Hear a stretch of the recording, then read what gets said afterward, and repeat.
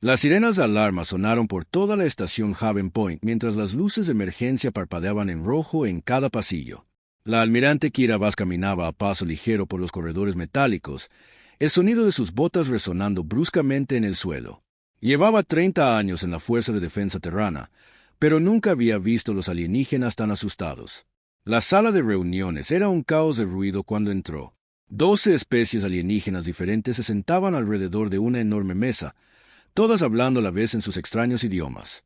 Algunos parecían insectos gigantes, otros cristales andantes, y unos pocos no se parecían a nada que ella hubiera visto en la Tierra.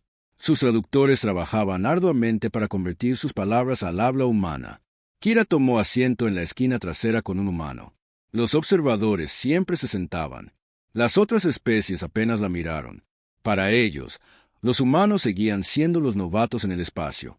La Tierra se había unido a la comunidad galáctica hacía solo 50 años, y la mayoría de los alienígenas consideraban que la tecnología humana era anticuada e inútil.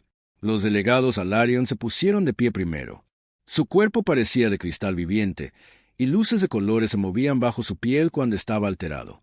En ese momento, esas luces parpadeaban en un rojo brillante. «Los Vex han roto nuestras defensas en el cruce Kepler», dijo, con la voz temblorosa.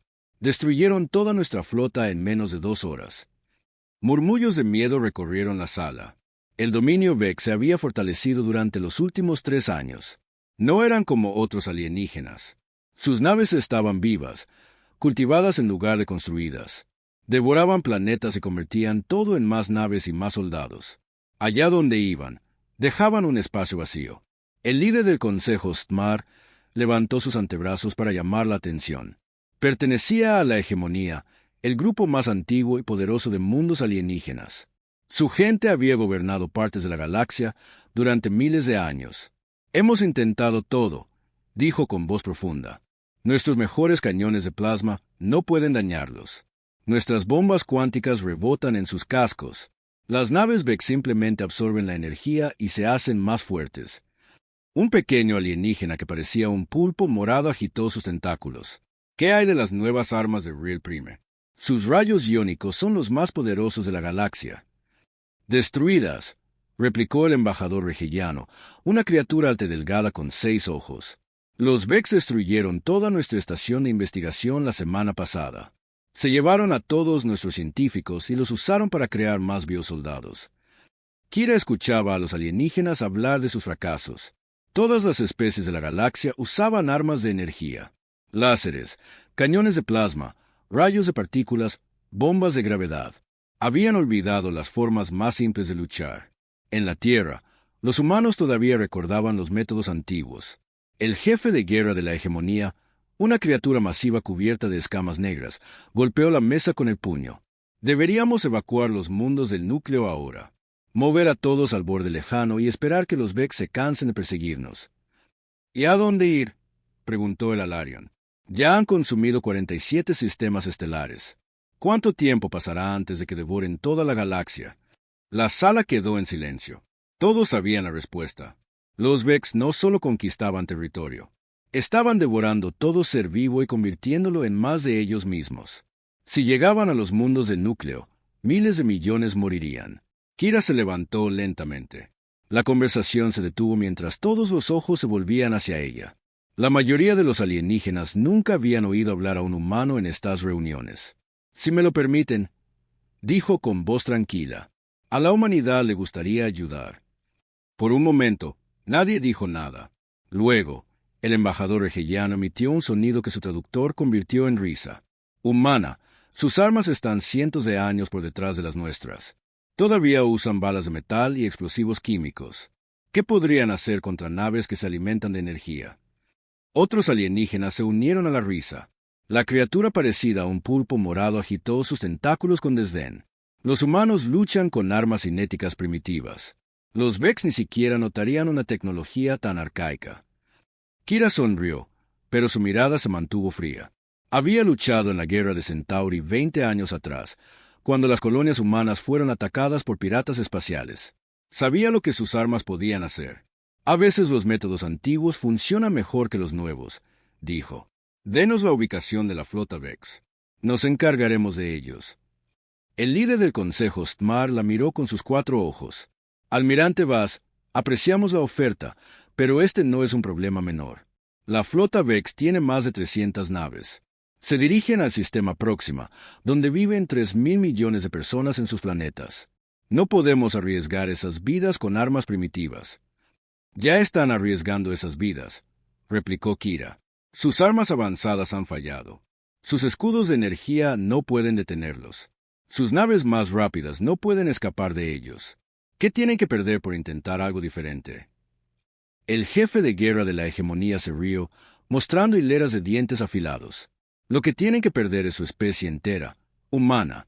Los Vex devorarán sus naves y sus tripulaciones. Luego seguirán su rastro de vuelta a la Tierra y consumirán su mundo entero también. Kira se acercó a la mesa. No estamos pidiendo permiso para huir. Estamos pidiendo permiso para luchar.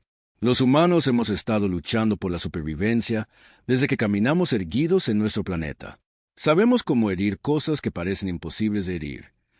Las luces del delegado Alarion cambiaron de rojo a amarillo, lo que significaba que estaba pensando. ¿Qué le hace creer que sus armas funcionarán cuando las nuestras han fallado? Porque, dijo Kira, los Vex han evolucionado para luchar contra armas de energía. Sus cascos absorben láseres y plasma. Redirigen los rayos de partículas y se alimentan de la radiación. Pero nunca han luchado contra armas cinéticas simples. Nunca han sido golpeados por trozos de metal moviéndose a velocidades increíbles. La sala volvió a quedar en silencio. Varios alienígenas se miraron entre sí, manteniendo conversaciones silenciosas de formas que los humanos no podían entender. Finalmente, el líder del Consejo Mar habló. Almirante Vaz, SI le damos las coordenadas. YSI su flota falla. Los Vex saber de la tierra. Vendrán a por su gente después. Vendrán a por nosotros de todos modos. Dijo Kira. Si los Vex devran los mundos del núcleo, seguirán expandiéndose hasta que encuentren la tierra. Al menos de esta manera, morimos echando en lugar de escondiéndonos. La votación fue renada. 7 especies votaron a favor. 5 votaron en contra. El delegado Alarion emitió el voto decisivo. Su cuerpo de cristal ahora brillaba con un azul intenso. Los humanos pueden intentar su ataque, anunció, pero eran solos. Ninguna otra flota los apoyará. Kira sintió. No necesitamos apoyo. Solo denos las coordenadas del objetivo, y mantengamos fuera de nuestro camino. Mientras salía de la sala de reuniones, podía ahora los alienígenas hablar a sus espaldas. Algunos pensaban que los humanos eran valientes. Otros pensaban que eran estúpidos. Unos pocos preguntaban to do era un truco. Los humanos estaban trabajando en secreto con los Vex. A Kira no le importaba lo que pensaran. Tenía un trabajo que hacer. Activó su dispositivo de comunicación y envió un mensaje al comando de la Tierra. Aquí la Almirante Vaz. Preparen la quinta flota para despliegue inmediato. Carga de cometa completa. Vamos de casa. La respuesta llegó rápidamente. Entendido, Almirante. Todas las naves reportan estar listas para partir. Buena casa. Kira sonrió mientras caminaba hacia el muelle de track donde esperaba su lanzadera. Los alienígenas y sus sofisticadas armas de energía habían fracasado en detener a los Vex. Ahora era el momento de mostraros lo que los humanos podían hacer con buena potencia de fuego de la vieja escuela y la voluntad de usarla. El capitán Jake Morrison estaba en el puente del USDF Retribution y contemplaba las estrellas. Su nave era la más grande de la flota humana, un bloque masivo de acero y titanio que se extendía casi 2 kilómetros de proa a popa. A diferencia de las naves lisas y covas que construían otras especies, las naves humanas parecían fortalezas voladores cubiertas de armas. A su alrededor, 200 miembros de la tripulación trabajaban en sus puestos. Comprobaban sistemas, realizaban pruebas y preparaban para la batalla que se avecinaba. La mayoría de ellos levaban años luchando juntos. Confiaban los unos en los otros y confiaban en su capitán. La tenían a mi parque levando la vista de su panel de control. Su trabajo era gestionar todas las armas de la nave durante el combate. Señor, las 5 naves están listas para partir. El Iowa, el Nebraska, el Montana y el California esperan sus órdenes. Jake Asensio y estudió la pantalla frente a él. Mostraba los 5 acusados humanos flotando en el espacio cerca de la luna de la Tierra. Cada nave estaba armada con las mismas armas que los alienígenas consideraban inútiles. 24 canones de riel por nave, además de lanzamisiles y sistemas defensivos. Los canones de riel eran las armas favoritas de Jake. Usaban potentes imans para disparar trazos de tungsteno metal a velocidades increíbles. Sin lasers, sin plasma, sin energía exótica. Solo física simple y mucha fuerza. Cuando una babosa de tungsteno de 50 kilogramos golpeaba algo al 15% de la velocidad de la luz, hacía una gudro muy grande. ¿Alguna noticia de la almirante Voss? Preguntó Jake. Amy revisó sus comunications. Sigo hablando con el Consejo Alienígena. Algunos de ellos quieren cancelar nuestra misión. Creen que podríamos empeorar las cosas dándoles a los vex más material para devorar. El ingeniero Geoffroy Collins se rió desde su puesto cerca de la parte trasera del puente. Era un hombre mayor con el pelo cano y cicatrices en las manos de trabajar en motores de naves durante 30 años, que se preocupan. Cambiaron de opinión muy pronto.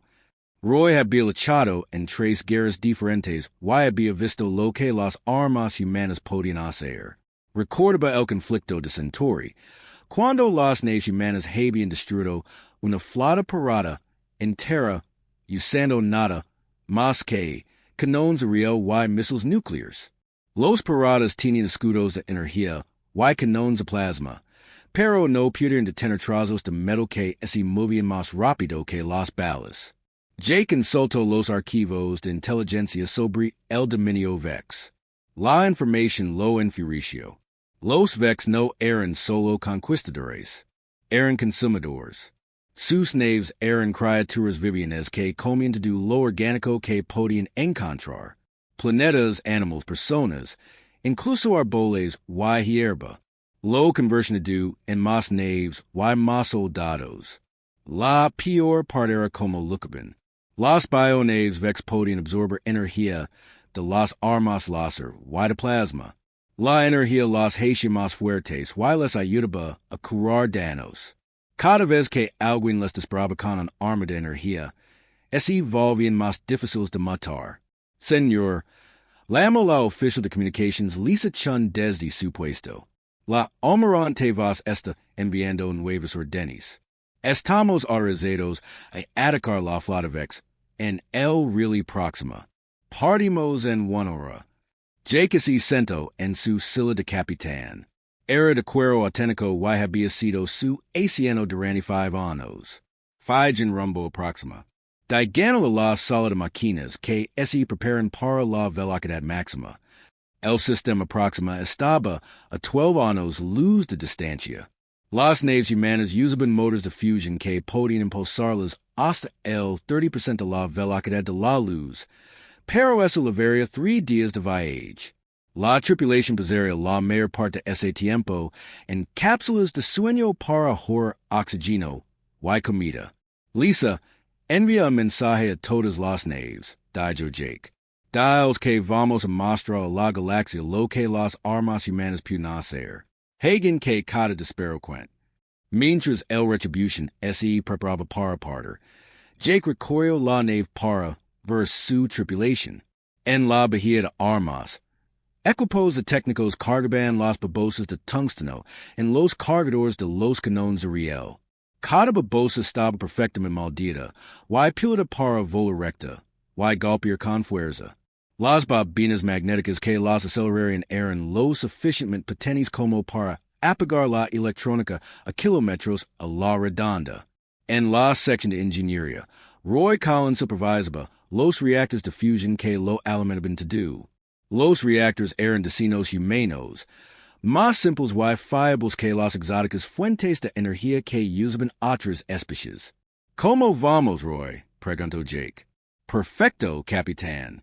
Puede que estos viejos motors no son elegantes, pero funcionan.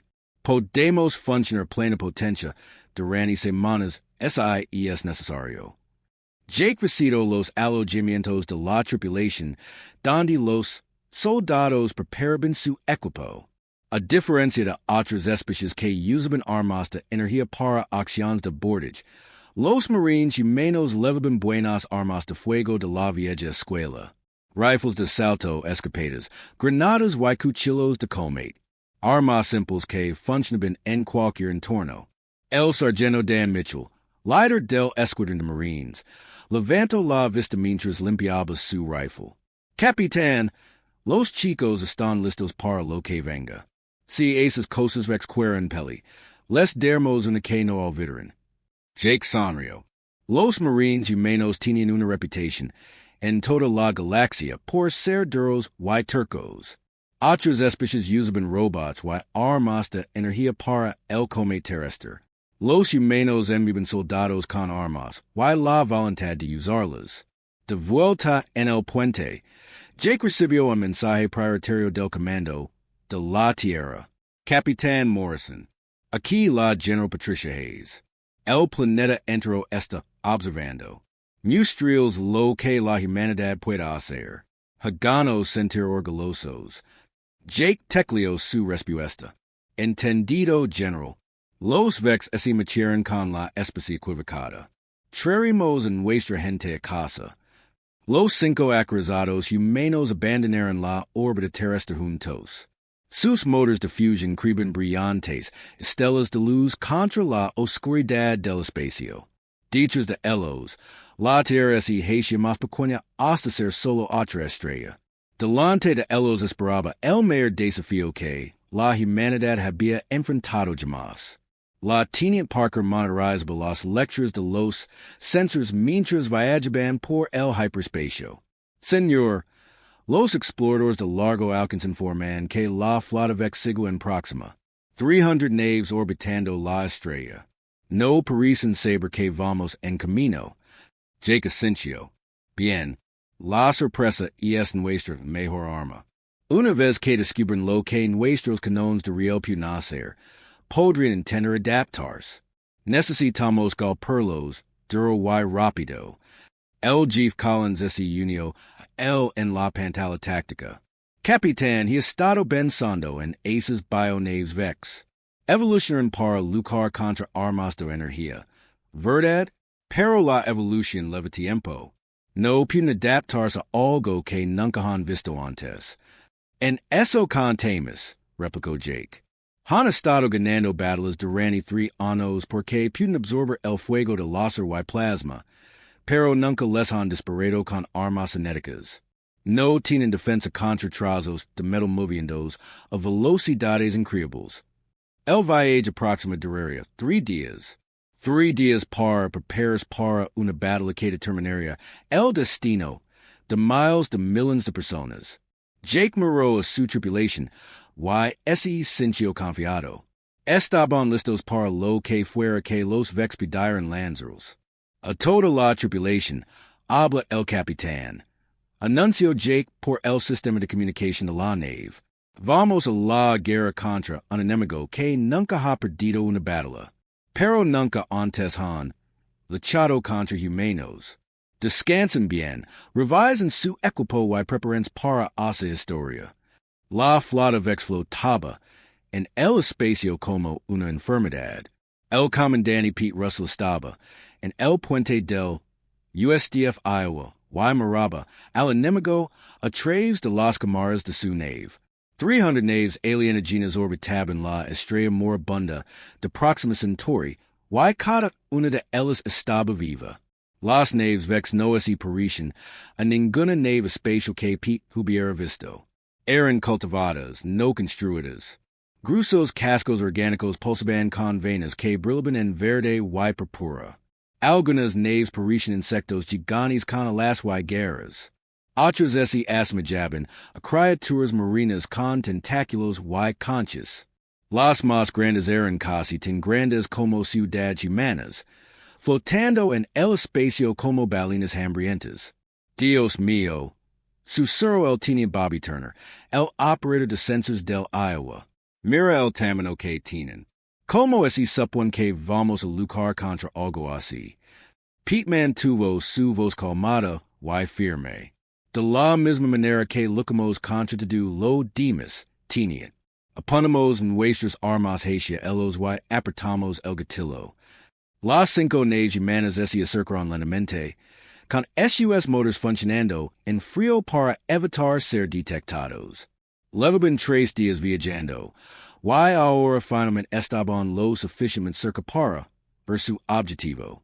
Pete sintió que su corazón latía más rápido, pero sus manos se manuvieron firmes en los controls. En el puente del Retribution, el capitán Jake Morrison estudiaba la pantalla táctica. En forma de sensors, ordinó, la alférez Carol Davis levantó la vista de su puesto. Señor, composition de la flota vex confirmada. 47 naves grandes, 130 medianas, y 123 pequeñas. Están dispuestas en 3 grupos alrededor de diferentes planetas del sistema. Jake asintió sombríamente. Cada grupo estaba posicionado cerca de un planeta con gente. Los vex se preparaban para cosecar las poblaciones, convirtiendo a miles de millones de humanos y alienígenas en alimento para su creciente flota. ¿Qué hay de los planetas? Preguntó Jake. Próxima 1 tiene 2,000 millones de personas. Próxima 2 tiene 800 millones. Próxima 3 tiene unos 500 millones. Los 3 mundos están enviando señales de socorro, pero los vex están interfiriendo la mayoría de las comunicaciones. Jake sintió que la ira crecía en su pecho. Los vex no eran solo soldados o conquistadores. Eran monstruos que devoraban civilizaciones enteras.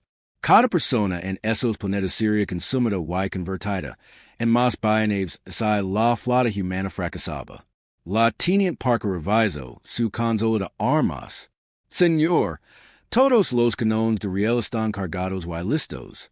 Tenemos suficiente munición para un combate sostenido, pero una vez que empecemos a disparar, todas las naves vex del sistema sabrán dónde estamos. Bien, replicó Jake. Quiero que sepan que estamos aquí. Envía un mensaje a todas las naves. Atacamos en 5 minutos. En el Iowa, Pete Russell reunió a sus oficiales superiores alrededor de la mesa táctica. Escuchen, gente. Tenemos una sola oportunidad. Los vex nunca han visto armas cinéticas, así que no sabrán cómo defenderse. Pero una vez que lo descubran, podrían adaptarse. La oficial jefe de armas, Karen White, asintió. Señor, cada proyecto de canon de riel pesa 50 kilogramos y opera con la fuerza de una pequeña bomba nuclear. Incluso sus cascos son resistentes. La física básica dice que no pueden absorber tanta energía cinética. Pete sonrió. Eso es lo que me gusta oír. Apunten a las naves más grandes primero. Si podemos destruir sus naves de mando, las más pequeñas podrán retirarse. En toda la flota, las tripulaciones de artillería hacen sus preparativos finales. Los canones de riel eran maravillas de la ingeniería humana, bobinas magnéticas dispuestas a lo largo de. Canones de 2 kilómetros podían acelerar proyectiles de tungsteno al 15% de la velocidad de la luz. Los ordenadores de puntería calculaban el viento, la gravedad y el movimiento de ambas naves para asegurar una precisión perfecta. En el Nebraska, la capitana Linda Hayes observaba a su tripulación trabajar con silencioso orgullo. No eran armas de energía sofisticadas que requieren materiales exóticos y un mantenimiento complejo. Eran máquinas simples y fiables que usaban magnetismo y metal para matar enemigos.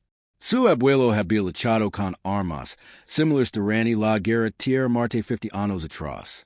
Capitana, Lamo su oficial de comunications. La almirante vas esta en el canal seguro. Linda esse puso los auriculars. Aquí Hayes. Linda, soy Kira. Recuerdo lo que hablamos durante el entrenamiento. Galpilos duro y rápido. No les de tiempo para adaptarse o pedir ayuda. El destino de 3,000 millones de personas depende de lo que hagamos en los próximos 10 minutos. Entendido, almirante. El Nebraska está listo. En el Montana, el capitán Frank Roberts observa el temporizador de cuenta atrás en su pantalla principal. Faltaban 3 minutos para que comience el ataque. Su nave estaba posicionada para golpear las fuerzas vex cerca de Próxima 2, donde 100 millones de personas esperaban el rescate o la muerte. Señor, dijo su oficial táctico, las naves vexas se están moviendo a posición de cosecha alrededor del segundo planeta. Están extendiendo tubos de alimentación hacia la superficie. Frank sintió náuseas. Los vex estaban empezando a devorar a la población. ¿Cuánto tiempo hasta que terminen? A su ritmo actual, quizás 6 horas para todo el planeta. Entonces más veo que nos aseguremos de que no tengan 6 horas. Frank abrió un canal a SUS tripulaciones de artillería. Todas las armas. Prepárense para disparar mi orden. Recuerden su entrenamiento y confíen en su equipo. Vamos a mostrar a estos monstruos lo que los humanos pueden hacer. Los 5 acusados humanos se movieron a la posición final de ataque. Estaban superados en número 61, enfrentándose a un enemigo que nunca había perdido una batalla. Las bionaves vex posaban con confianza. SUS cascos orgánicos brillando mientras se preparaban para alimentarse. El capitán Morrison comprobó su cronómetro. A todas las naves. Aquí el retribution. 30 segundos para fuego libre. Recuerden, no solo lucamos por nosotros mismos. Lucamos por cada persona en este sistema y por cada mundo que los vex pueden atacar después. Pete Russell se aferró a su silla de mando mientras el Iowa alineaba su disparo.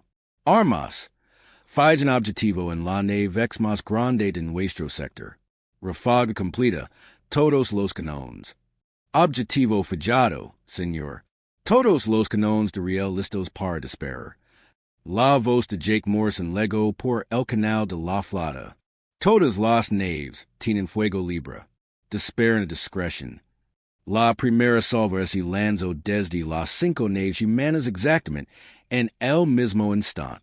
120 proyectiles de tungsteno aceleraron a velocidades increíbles, invisibles contra la oscuridad del espacio.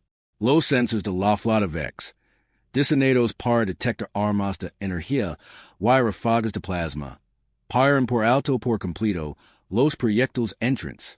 Los alienígenas no tienen idea de que la muerte se precipita hacia ellos al 15% de la velocidad de la luz hasta que fue demasiado tarde para hacer nada al respecto. El comandante Russell observa la pantalla táctica mientras la munición de su nave se dirigía hacia el enemigo. Tiempo de impacto, 15 segundos. Todas las tripulaciones, prepárense para recarga inmediata. Puede que necesitemos disparar de nuevo rápidamente. Jake Morrison permanece de pie con calma en su puente mientras se acaba el momento de la verdad. Y es la hora, gente, todo para lo que hemos entrenado se reduce a los próximos segundos.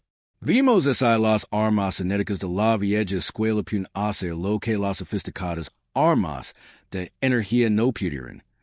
Los proyectiles de tungsteno cubren la distancia entre las flotas en momentos, levando consigo las esperanzas de miles de millones y la furia de la humanidad desatada. Los proyectiles de tungsteno golpean la flota vex como el puño de un dios enfurecado. 120 países de metal, cada uno moviéndose al 15% de la velocidad de la luz, impactaron en las bionaves alienígenas en menos de 2 segundos. Los impactos fueron más allá de cualquier cosa que la galaxia hubiera visto en 1000 años de guerra. El capitán Jake Morrison observaba su pantalla táctica mientras la primera oleada de proyectiles encontraba sus objetivos. A diferencia de los brillantes destellos de las armas de energía, los impactos de los cañones de riel parecían casi silenciosos al principio. Solo pequeños destellos de luz donde el metal se encontraba con la carne alienígena a velocidades imposibles. Luego comenzaron las explosiones. La nave culmina vex más grande, una criatura de más de 1 kilómetro de largo que había consumido 6 sistemas estelares enteros, simplemente se desintegró. 20 proyectiles de cañón de riel atravesaron su casco orgánico como balas a través de papel. La masiva bionave se partió por la mitad.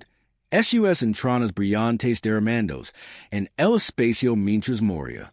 Impacto directo en el objetivo primario, informó la teniente Amy Parker. Su voz llena de asombro. La grande se está desmoronando. Estoy leyendo daños internos masivos en toda su formación. Las naves vex más pequeñas explotarán como globos. Su bioblindage, diseñado para absorber y redirigir armas de energía, no tenía defensa contra la simple fuerza cinética. Los proyectiles de tungsteno desgarraron los cascos, seccionaron cúmulos nerviosos y destruyeron órganos vitales que mantenían vivas a las naves vivianas. En el Iowa, el comandante Pete Russell observaba cómo sus armas hacían su terrible trabajo. Dios mío, susurró. Mira cómo arden.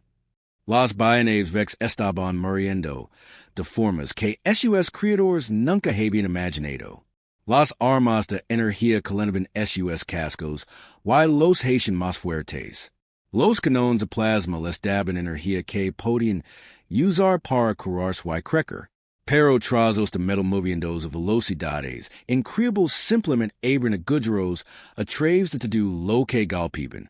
La oficial jefe de armas, Karen White, revisó su ordenador de puntería. Señor, hemos logrado impactos en 37 naves enemigas. La mayoría de ellas están muertas o muriendo. Los supervivientes están intentando retirarse. Pete, sonrió sombríamente. No digan que escapen. Todos los cañones adquieren nuevos objetivos. Siguen esperando hasta que nada se mueva. La segunda oleada de fuego de cañón de riel se lanzó 30 segundos después de la primera.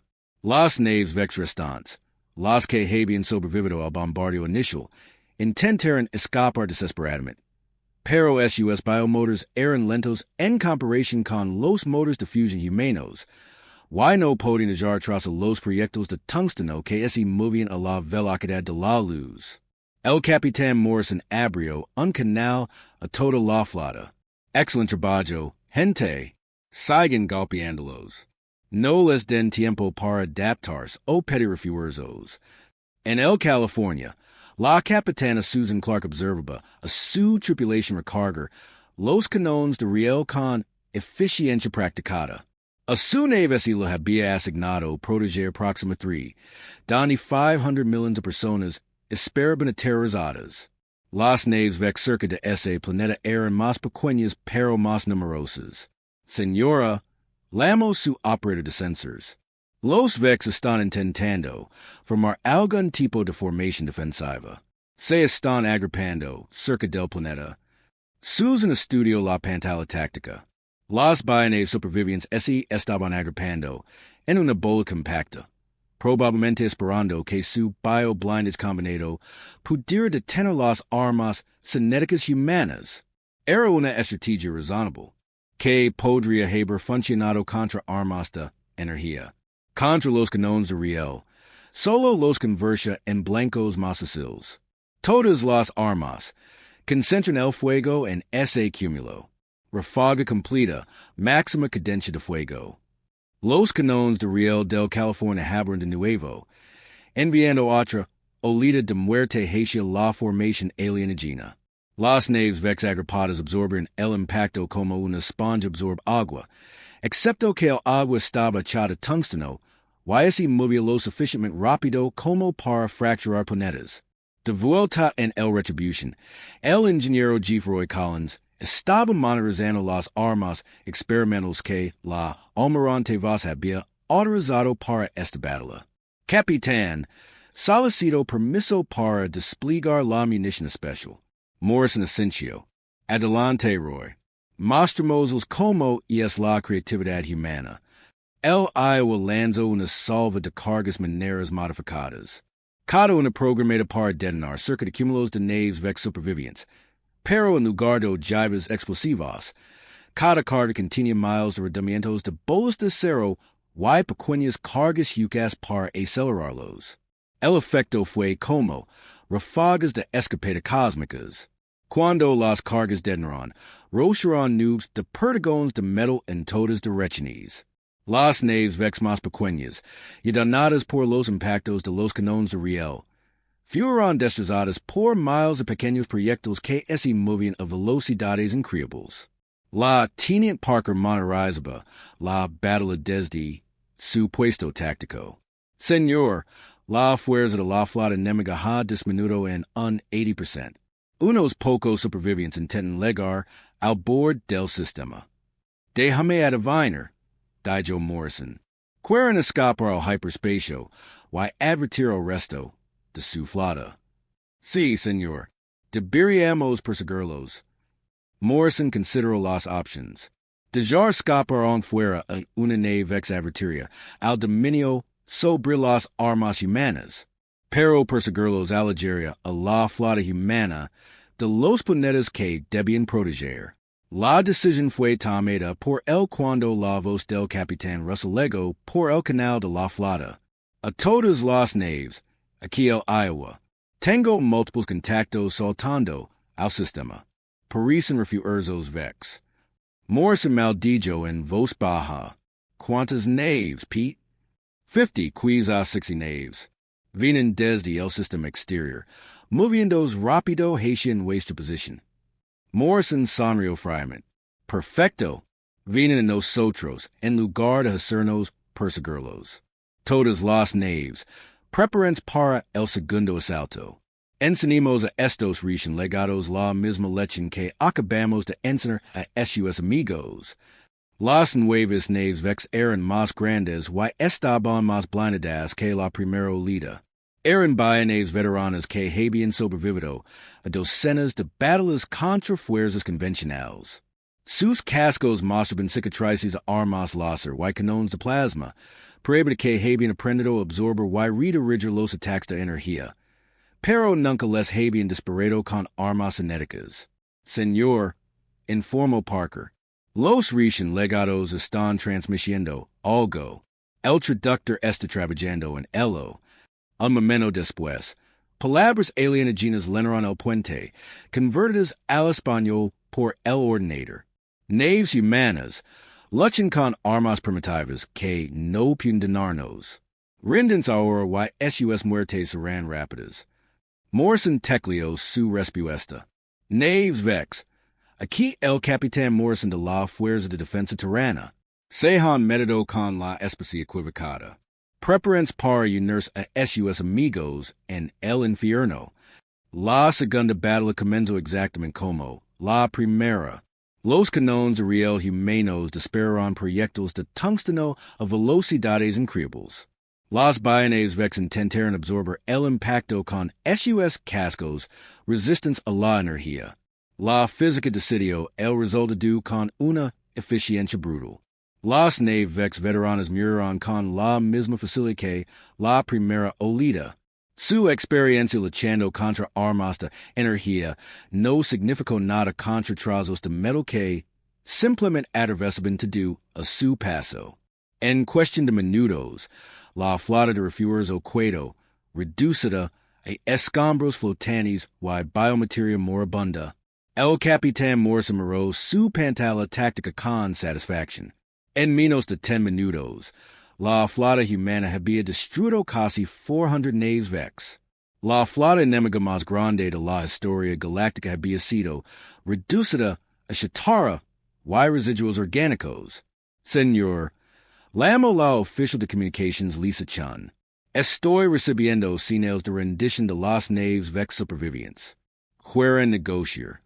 La sonrisa de Morrison era fría como el invierno. Dials que la rendición no es una opción. Vinieron aquí para devorar a gente inocente. Ahora pueden enfrentar las consecuencias. Las últimas naves vex murieron bajo el fuego concentrado de los canones de riel. La batalla por próxima había terminado. La humanidad había obtenido una victoria que cambiaría la galaxia para siempre. La reunión de emergencia del Consejo Galáctico 3 días después fue diferente a cualquier otra en los 1000 años de historia de la organización. La almirante Kiravas entró en la misma cámara donde los alienígenas se habían reído de las armas humanas apenas una semana antes. Esta vez nadie se reía. La sala estaba en completo silencio mientras ella tomaba asiento. 12 especies alienígenas, representantes de las civilizaciones más avanzadas de la galaxia, la miraban con expresiones que iban desde el asombro hasta el miedo. La noticia de la batalla de Próxima se había extendido por todos los sistemas estelares del espacio conocido. El líder del Consejo Mar se levantó lentamente, sus antebrazos temblando ligeramente. Almirante Vaz, en nombre de todas las especies miembros, lo extendimos nuestra más profunda gratitud. La victoria de su flota sobre el dominio vex salvó innumerables vidas, y preservó la propia civilización galáctica. Kira Cincio Kortzman, fue en honor a ayudar. A veces las soluciones más simples son las que mejor funcionan. El cuerpo de cristal del delegado al rayon parpadeo con colores que significan vergüenza y bochorno. Le debemos una disculpa, almirante. Subestimamos las capacidades militares humanas. Sus armas cinéticas resultaron notablemente efectivas contra el bioblindage adaptativo. Los vex evolucionaron para contrarrestar las armas de energía, explicó el capitán Jake Morrison, quien había sido invitado a dirigir al consejo. Nunca se encontraron con armas cinéticas porque la mayoría de las especies las abandonaron hace miles de años. A veces hay sabiduría en mantener vivos los métodos antiguos. Dichos de la reunión formal, y se estaban llevando a cabo conversaciones privadas. El embajador Rigeliano se acercó discretamente a la almirante Vostorani unreciso. Almirante, amigo vierno la gustaría discutir ejercicios militares conjuntos. Tenemos mucho que aprender de las tácticas humanas. Solicitudes similares llegaron de todas las especies principales. La hegemonía quería asesores militares humanos. La Federación Centauri pregonó sobre la compra de tecnología de canones de riel. Incluso los orgullosos andrómenos, que nunca habían pedido ayuda a nadie, enviaron mensajes diplomáticos expresando entre tratados de alianza. La Dra. Helen Chong, la principal experta de la Tierra en biología alienígena, estaba estudiando muestras de bionaves vex destruidas con su equipo de investigación. Su capacidad de adaptación es fascinante. Informó al Comité de Ciencia del Consejo. Pero es puramente biológica. No pudieron evolucionar lo suficientemente rápido como para contrarrestar las armas cinéticas. Las implicaciones políticas eran enormes. Durante 50 años, los humanos habían sido considerados una especie menor con tecnología obsoleta. Otras civilizaciones tienen escudos de energía, armas de gravedad, y comunicación más rápida que la luz. Los humanos tienen armas de fuego, misiles y determinación. Ahora todos quieren ser amigos de la humanidad. El capitán Morrison se presentó ante los delegados reunidos para dar su informe. La flota vex constaba de 412 naves de varios tamaños. Nuestras 5 naves las destruyeron todas en aproximadamente 12 minutos de combate. Las bajas humanas fueron 0. Murmulos recorrieron la sala. 0 bajas contra un enemigo que había conquistado 47 sistemas estelares. Las cifras parecían imposibles, pero la evidencia flotaba en el espacio alrededor de Próxima para que todos la vieran. ¿Cómo? Pregano el delegado conforma, de popo morado. Como lograron en Victoria ten completa con ten pocas naves. Morrison Sanrio. Los vexas y habían adaptado para luchar contra enemigos que usaban armas de energía. Nunca ese habían enfrentado a armas cinéticas. Su bio-blinded podía absorber fuego láser y ráfagas de plasma, pero no podía detener trazos de tungsteno moviéndose al 15% de la velocidad de la luz. El jefe de guerra de la hegemonía, ese inclinó hacia adelante con enters. Que otras armas cinéticas poseen los humanos. To do, desde armas pequeñas hasta sistemas de bombardeo planetario, respondió Morrison. Hemos estado perfeccionando la guerra cinética durante siglos. Mientras otras especies pasaban a las armas de energía, nosotros mantuvimos vivas las viejas costumbres porque funcionan. La almirante Vos tomó el relevo en la presentación. El Consejo votó por unanimidad para otorgar a la humanidad el estatus de miembro de pleno derecho y un asiento permanente en el Comité de Seguridad. Más importante aún, estamos estableciendo la doctrina de defensa terrana, incorporando armas y tácticas humanas en la estrategia de defensa galáctica. La sesión formal concluyó con la firma de varios tratados importantes. El acuerdo de cooperación en defensa permite a las flotas humanas operar en el territorio de cualquier miembro del Consejo. El Tratado de Intercambio de Tecnología daba a los humanos acceso a tecnología médica y de comunicación alienígena a cambio de experiencia militar. Y lo más importante, el Pacto de Defensa mucho significa que cualquier ataque a la tierra siria considerado un ataque a todos los miembros del Consejo. La humanidad no estaba sola en la galaxia. El Capitán Morrison regresó a su nave con nuevas órdenes. El Retribution establecería una base permanente en el sistema real y comenzaría a entrenar tripulaciones de especies mixtas en tácticas de guerra cinética. Otras naves humanas patrullarían rutas comerciales clave y antiguo territorio vex. En el puente del Iowa, el comandante Pete Russell leo su nueva asignación con satisfacción. Parece que nos vamos a los territorios del borde exterior. Los informes de inteligencia dicen que todavía hay remanentes vex escondidos en sistemas muertos. Su oficial de armas, Karen White, comprobó sus niveles de munición de canon de riel. Bien, esperaba que pudiéramos cazar supervivientes. No podemos permitir que ninguno escape para advertir a otras bioflotas. La victoria humana en próxima había sido completa, pero era solo el principio. En toda la galaxia, otras especies estaban estudiando la doctrina militar humana y solicitando programas de entrenamiento. La era de las armas de energía estaba terminando, y la era de la guerra cinética estaba comenzando. La DRA. Chong continuó su investigación sobre la biología vex, trabajando con científicos alienígenas para entender cómo funcionan las bionaves. Si podemos averiguar cómo crecen y así reproducen, podríamos ser capaces de prevenir futuros brotes, explicó a su equipo. Las muestras mostraron que las naves vex eran organismos increíblemente complejos, pero todas tenían la misma debilidad. Habían evolucionado para absorber y redirigir la energía. Contra las armas cinéticas, eran tan vulnerables como cualquier otra criatura viviente. La almirante Vos estaba en la cubierta de observación de la estación Haven Point, mirando las estrellas. Hacia 6 meses, los humanos eran recién legados, suplicando ser aceptados.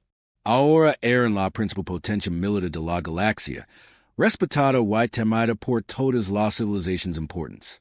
Su dispositivo de comunicación sonó con un mensaje del comando de la Tierra. Almirante, aquí la General Patricia Hayes. Felicitations por la votación del Consejo, que se siente al ser la humana más importante de la galaxia. Kira Sanrio. Se siente como si apenas estuviéramos empezando, General. Los vex fueron solo el comienzo. Hey otros amenazas ahi fuera, y ahora tenemos los recursos para enfrentarlas. La flota humana había entrado en la zona de guerra y aniquilado al enemigo en momentos. Pero más importante aún, habían demostrado que a veces las soluciones más antiguas eran las mejores. En una galaxia llena de armas exóticas y tecnología avanzada, la simple fuerza cinética había salvado a la propia civilización. Mientras nuevas naves humanas se lanzaban desde los astilleros orbitales de la Tierra hacia asignaciones de patrulha por toda la galaxia, una cosa estaba clara. El universo nunca volvería a subestimar a la humanidad. La especie que mantuvo vivas las armas antiguas cuando todos los demás avanzaron se había convertido en la guardiana de la paz galáctica, y eran muy buenas en su trabajo.